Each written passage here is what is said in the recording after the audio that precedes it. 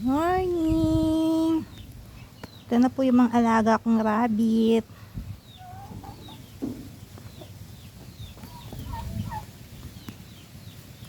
Hello! Tapos na kumain yung mga yan ng feeds. Tuwing umaga feeds ang pinapakain ko sa kanila.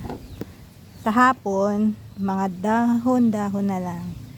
Dahon ng saging, dahon ng mangga, dahon ng kangkong.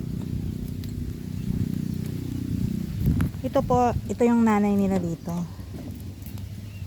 Yan po yung mga anak nila. Ito yung tatay nila. Ito lalaki din to. Bigay ito ng pinsan ko, pinalagaan sa akin.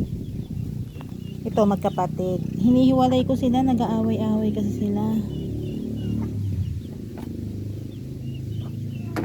Matakaw lang talaga sila. Mahilig kumain, hindi nabubusog. Kahit anong ibigay nga minsan kinakain na rin nila. Tataba.